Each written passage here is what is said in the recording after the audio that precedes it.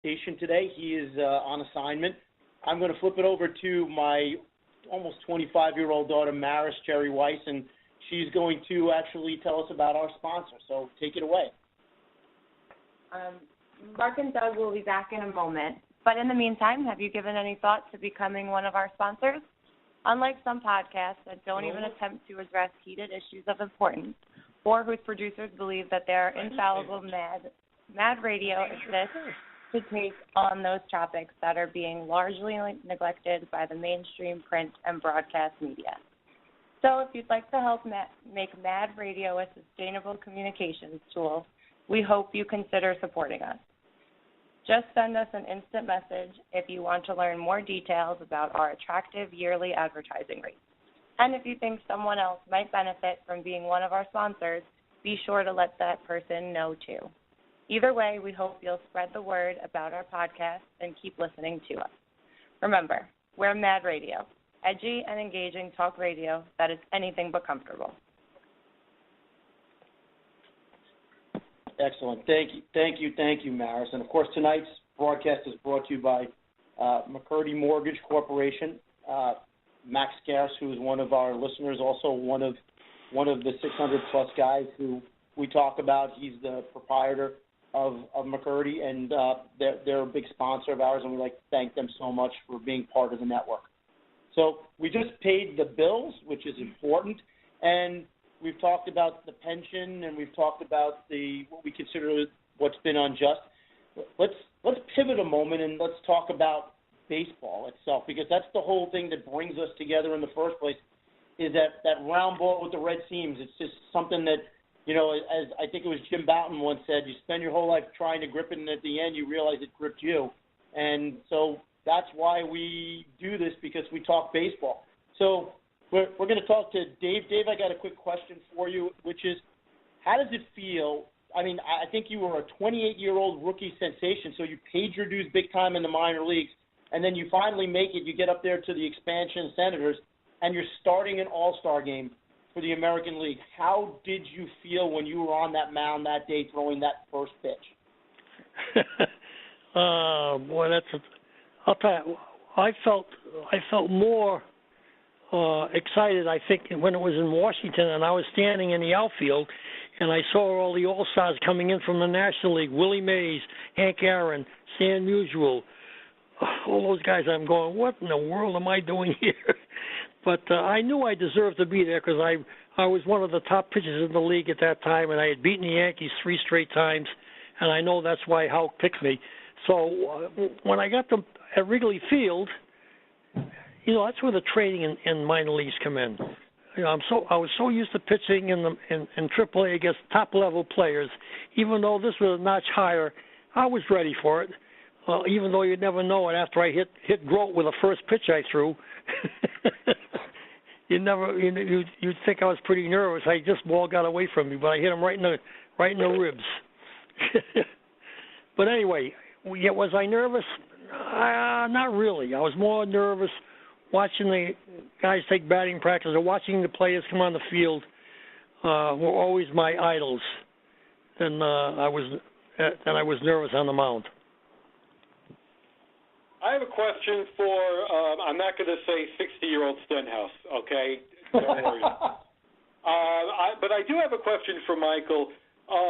For a lot of people, and you've been blessed in your career, but you have a second career with the Rhode Island Center for Freedom and Prosperity that you run. I think you were its co-founder, and now you're its CEO. It's a public policy think tank. Could you tell us how you founded that in 2011, and what does it seek to do? Well, we think a lot. No,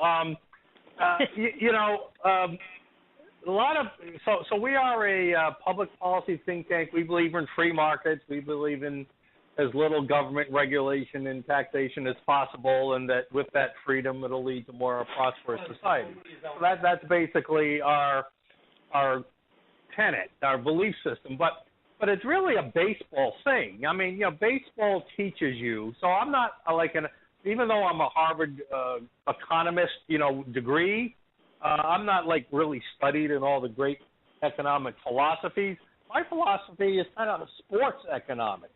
I mean, in baseball, you play on a level playing field. You win some, you lose some, you score some runs, you don't.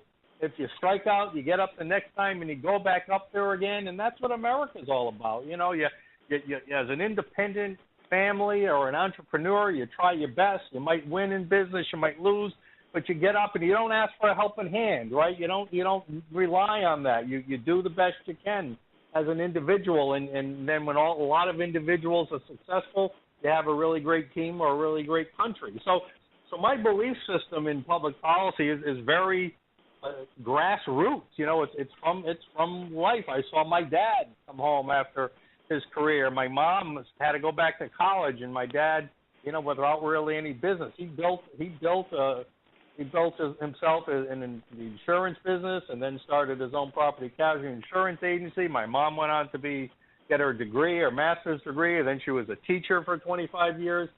So I saw the American dream happen, with my parents, and then I had my baseball dream come true. So I've lived conservatism, right? I've lived it, and I want to see that for other people in Rhode Island. But right now, in our state, especially Rhode Island, it's one of the most liberal in the country. We have the government want to tell people pretty much how to run every aspect of their lives and their businesses, and we're doing our best to fight a very big uphill battle. So that's what we're doing here.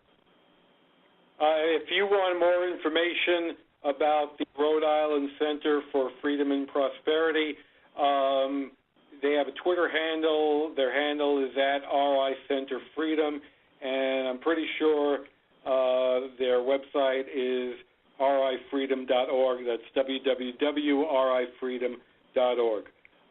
Thank you, Doug. You're very welcome. Thank you, Michael. Thank you, Dave, for being as passionate, and again, third time it's going to be the charm, as eloquent as you have been. We're going to see this through because Mark and I, we're not going away. And, we were kidding with Doug Glanville last episode. Doug's a consensus builder. He likes to try and bring people together, and that's great. There's a time and place for that. I'm not really like that. I think Mike Stenhouse knows that. I'm kind of the bull in the china shop of the two DGs, Doug Glanville and myself. We couldn't be more polar extreme in our makeup and orientation. Bottom line, we want to see this to a successful conclusion, and we want to see the Dave Stenhouses and the David Clydes and the Carmen Fanzones of the world get what they are due. So, Mark, you have any other final thoughts before we thank our guests? I'd like to say one thing before you sign off. You mentioned Doug Glanville. When I was coach at Brown, I tried to recruit him to Brown, He was such a good player. He ended up going to Penn, and he came down. He beat us a couple times. He was an outstanding player. I just thought that was ironical. That is totally ironic too. It's just he is a brilliant individual. I mean, he spoke so eloquently about what needed to be done, and he's trying to build the bridges. That's what he's trying to do, because he has the ear of those folks who can make it happen, and he also has the ear of folks like Doug, who is the bull in the china shop.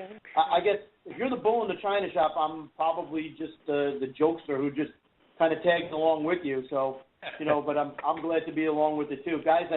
I just really want to thank you for joining the show. I mean, the great work that you're doing, Mike, up in Rhode Island is important. I think I would joke with Doug and say that and when it comes to economists, I think I'm more like Milton Friedman, and he thinks more like Sidney Friedman.